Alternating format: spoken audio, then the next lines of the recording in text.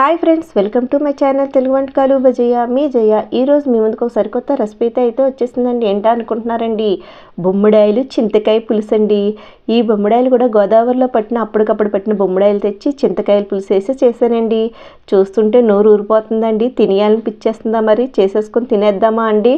చూడండి ఎంత ఎమ్మిగా మంచిగా ఉందో.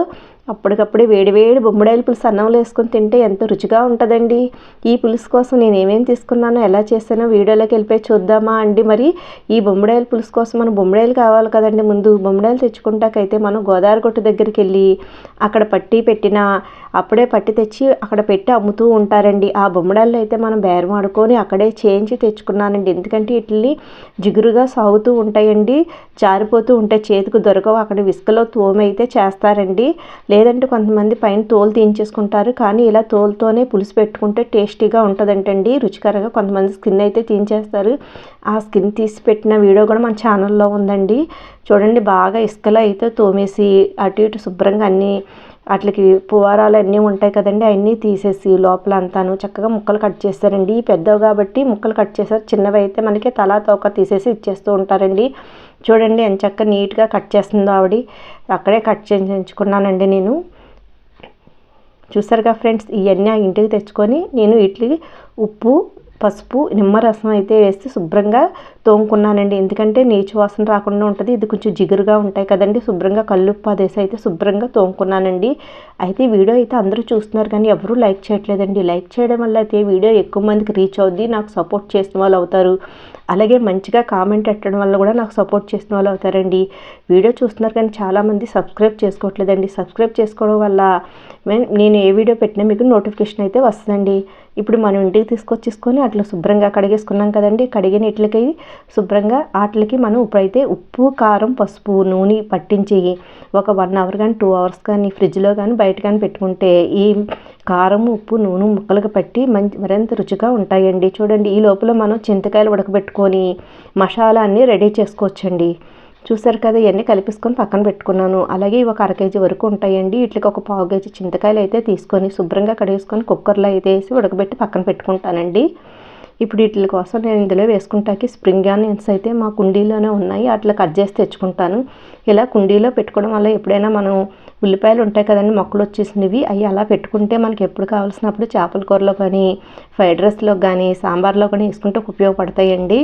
నేనైతే ఇలా 2 కొమ్మలు కట్ చేసి తెచ్చుకున్నాను. ఇప్పుడు దాంట్లోకి అయితే 1 స్పూన్నర ధనియాలు, 1/2 స్పూన్ జీలకర్ర, కొంచెం మెంతులు, వెల్లుల్లి అయితే పొడి చేసి పక్కన పెట్టుకుంటానండి. అలాగే చింతకాయలు ఉడకబెట్టాను కదా, శుభ్రంగా పిసుక్కొని రసం తీసి స్టైనర్లో వేసి వడబెట్టేసి పక్కన పెట్టుకుంటానండి. ఇప్పుడు ఒక మీడియం సైజు ఉల్లిపాయలు కొన్ని అలా తీసుకొని కచ్చాపచ్చా చేసుకొని అల్లం వెల్లుల్లి పేస్టు ఇవన్నీ రెడీగా పెట్టుకున్నానండి. స్టవ్ మీద బాండీ పెట్టి ఒక 8 పచ్చిమిరకాయల వరకు వేసుకొని చిన్న గంటలు పెట్టుకొని వేయించుకొని పక్కకు తీసుకొని పెట్టుకుంటానండి. ఈ పులుసు మరిగినప్పుడు అయితే వేసుకుందాము. చూసారు కదా ఫ్రెండ్స్, ఇలా మంచిగా వేగిపోయాయి కదా, ఇట్లో గిన్నెలోకి తీసుకొని పక్కన పెట్టుకొని మళ్ళీ పులుసు మరిగేటప్పుడు వేసుకుంటే టేస్టీగా ఉంటాయండి. మన పులుసులోని మధ్యలో కూడా తినొచ్చు. అదే ఆయిల్లోని ఒక 1/2 స్పూన్ మెంతులు వేసుకొని అవి వేడెక్కిన తర్వాత కొంచెం జీలకర్ర ఇవి వేసుకున్న తర్వాత అండి కరివేపాకు, అలాగే మనం కచ్చాపచ్చాగా చేసుకున్న ఆనియన్ పేస్టు, అల్లం వెల్లుల్లి పేస్ట్ కూడా వేసేసుకొని మనకి పులుసుకు సరిపోయినంత ఉల్లిపాయ పేస్ట్ అయితే వేసుకుంటే సరిపోద్దండి. నేను 100 గ్రాముల వరకు చిన్న ఉల్లిపాయలు అయితే వేసుకున్నానండి. చూసారు కదా, ఇట్లా మంచిగా సాల్ట్ వేసుకోవడం వల్ల మనకి మంచిగా ఉల్లిపాయ మంచిగా మగ్గుతుందండి. ఇలా కలుపుకుంటూ మూత పెట్టుకొని మంచిగా మగ్గబెట్టుకోవాలండి. చూసారు కదండి, ఈ ఉల్లిపాయ పేస్ట్ అయితే మంచిగా మగ్గిన తర్వాత అయితే మనం స్ప్రింగ్ ఆనియన్స్ కట్ చేసి పక్కన పెట్టుకున్నాం కదండి, అవి కూడా వేసుకొని వాటిలో కూడా కొంచెం మగ్గబెట్టుకోవాలండి. చూసారు కదా ఫ్రెండ్స్, ఈ స్ప్రింగ్ ఆనియన్స్ అనేవి మార్కెట్లో కూడా దొరుకుతాయండి మనకు కావాలితే. ఈ చేపల పులుసులో వేసుకుంటే చాలా టేస్టీగా ఉంటాయండి, రుచికరంగా ఉంటుంది పులుసు అన్నది స్ప్రింగ్ ఆనియన్స్ వల్ల. ఇప్పుడు ఇలా మంచిగా వేగిపోయాయి కదండి, చక్కగాను నూనె తేలుతూ. ఇప్పుడు మనం తీసి పెట్టుకున్న చింతకాయ పులుసు అయితే ఇందులో వేసేసుకొని చక్కగా కలుపుకొని ఒకసారి మూత పెట్టుకొని హై ఫ్లేమ్లో పెట్టుకుంటే మరుగు వస్తుందండి. ఆ మరుగుతున్నప్పుడు మనం ఈ చేప ముక్కలను అయితే అందులో వేసుకోవాలి. మనం ఆల్రెడీ మనకి అందులో ఉప్పు, కారం అన్నీ వేసి కలిపి పెట్టుకున్నాం కదండి. ఇందులో వేసుకున్నాక చాలపోతే కారం, ఉప్పు వేసుకోవచ్చండి.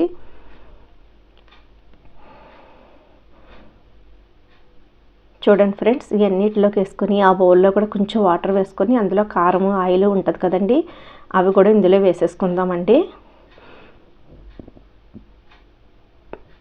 ఇప్పుడైతే ఇవన్నీ ఒకసారి ఇలా కలుపుకొని ఒకసారి హై ఫ్లేమ్లో పెట్టుకొని మూత పెట్టుకొని మరుగు వచ్చిన తర్వాత అయితేనండి ఈ పచ్చిమిరపకాయలు కూడా వేసేసుకున్నాం కదా, మూత పెట్టుకొని ఒకసారి మరుగు వచ్చిన తర్వాత అయితే ఇదైతే ఒక 10 నిమిషాలు మరిగిన తర్వాత మనం మూత తీసుకొని ఇలాగ మనం దంచి పెట్టుకున్న ధనియా పౌడర్ అయితే వేసేసుకున్నామండి. మరుగు వచ్చిన తర్వాత మూత పెట్టుకొని తర్వాత మీడియం మంటలో పెట్టుకొని మళ్ళీ ఒక 10 నిమిషాలు అయిన తర్వాత అయితేనండి మనం ఈ ధనియా పౌడర్ వేసుకున్నామండి.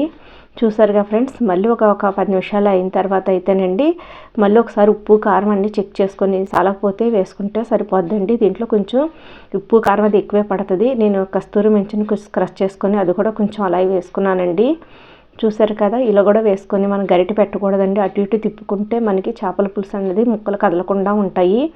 అది వేసుకొని ఒక 5 నిమిషాలు అయిన తర్వాత మళ్ళీ ఒకసారి మనం కొత్తిమీర కొంచెం స్ప్రింగ్ ఆనియన్స్ అన్నీ ఉన్నాయి కదండి, అవన్నీ వేసేసుకొని దగ్గరగా వచ్చాక పులుసు అనేది చిక్కబడుతుంది కదండి, మనకి నూనె అలా పైకి తేలుతూ ఉన్నప్పుడు ఇలా వేసి ఒక 5 నిమిషాలు ఇలా మరగనిచ్చాక తర్వాత స్టవ్ ఆఫ్ చేసుకొని చల్లారిన తర్వాత సర్వింగ్. చూసారు కదండి, నూనె అంతా మనకి పైకి తేలుతూ వచ్చింది. ఇప్పుడు మనం దీన్ని స్టవ్ ఆఫ్ చేసేసుకొని చల్లారిన తర్వాత సర్వింగ్ బౌల్లోకి తీసుకొని సర్వ్ చేసుకోవడమేనండి. ఈ చేపల పులుసు అన్నది మనకి స్టవ్ ఆఫ్ చేసిన తర్వాత ఒక 4-5 గంటల తర్వాత తింటేనండి ఈ పులుసు అన్నది ముక్కకు పట్టి ఎంతో రుచికరంగా ఉంటుందండి. వేడివేడిగా తినేకంట పొద్దున్నే పెట్టుకొని సాయంత్రం తింటే ఎంతో రుచికరంగా ఉంటుందండి, ఎమ్మీగా ఉంటుంది. చూసారు కదా, మనకి నూనె తేలిపోయింది, పులుసు కూడా చిక్కగా అయిపోయింది, ముక్క చూడండి ఎంత చక్కగా ఉందో. ఇంకా స్టవ్ ఆఫ్ చేసేసుకుందామండి. స్టవ్ ఆఫ్ చేసుకొని పక్కన పెట్టుకున్నాం కదండి, ఇప్పుడు ఎలా చూడండి చల్లారిపోయింది, నూనె అంతా పైకి తేలుంది. ఇప్పుడు సర్వింగ్ బౌల్లో తీసుకొని సర్వ్ చేసుకోవడమేనండి. వేడివేడి అన్నంలో వేసుకుని తింటే ఎంతో రుచికరంగా ఉంటుందండి. ఒకసారి తింటే మళ్ళీ మళ్ళీ తినాలనిపిస్తుంది. బొమ్మిడాయి అనేది చాలా రుచిగా ఉంటుందండి. చూసారుగా ఫ్రెండ్స్, నేను బొమ్మిడాయలు చింతకాయ పులుసు అన్నది ఎలా చేశాను అన్నది మీరు కూడా ఒకసారి ట్రై చేసి ఎలా వచ్చిందో నా కామెంట్ బాక్స్లో తెలపండి. చూసారుగా ఫ్రెండ్స్, ఎంతో ఎమ్మీ అయిన బొమ్మిడాయలు చింతకాయ పులుసు అనేది రెడీ అయిపోయింది. మీరు కూడా ఒకసారి ట్రై చేయండి. Thank you for watching friends.